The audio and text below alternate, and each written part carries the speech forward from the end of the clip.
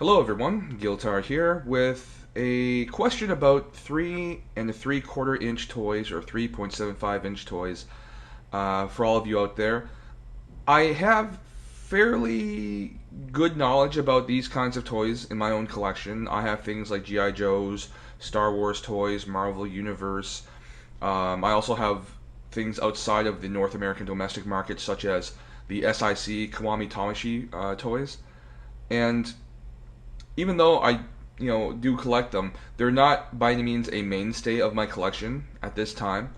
And I know for sure there are some of you guys out there who are far more knowledgeable and experienced in terms of collecting these toys. And I have a question for you. What are your opinions on the current state of 3 and 3/4 inch toys on the market right now? The reason why I'm asking is that uh, there does seem to be quite a few of these things out there. Now, in addition to the things I've listed, so like G.I. Joe, Star Wars, Marvel Universe, we also have other things too as of late, such as the Avengers line of toys bringing in their own division of 3 and 3/4 inch toys. Ultimate Spider-Man has its own line of 3 and 3/4 inch toys. So does the Iron Man 3 movie that's coming out soon. Um, it seems like to me there's a lot of sort of competition going on, which I think is a good thing.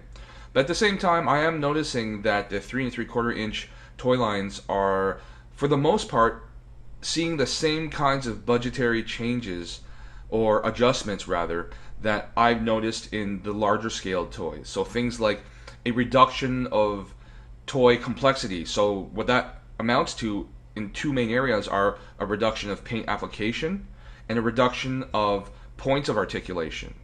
But I'm also noticing um, just a trend where pretty much it seems like all these new 3 and 3/4 inch toys are being reduced back to like 90s, 80s era toy design with respect to, especially respect to the points of articulation, like a neck joint, two shoulder joints, and two hip joints.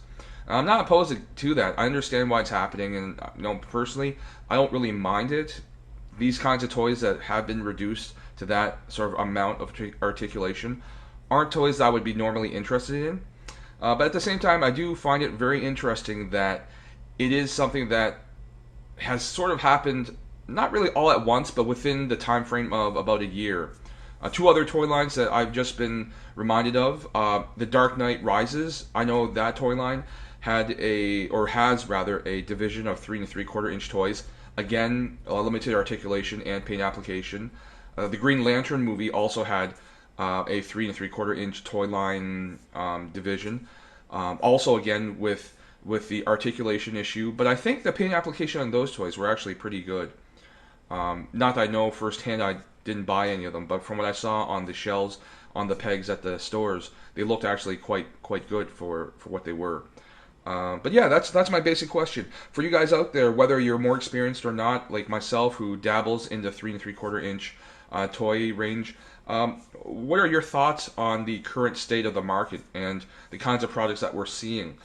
For me, I would say the three sort of lines that I'm putting, I guess, on the top of my list for overall, just sort of the overall package of what they deliver in terms of the product.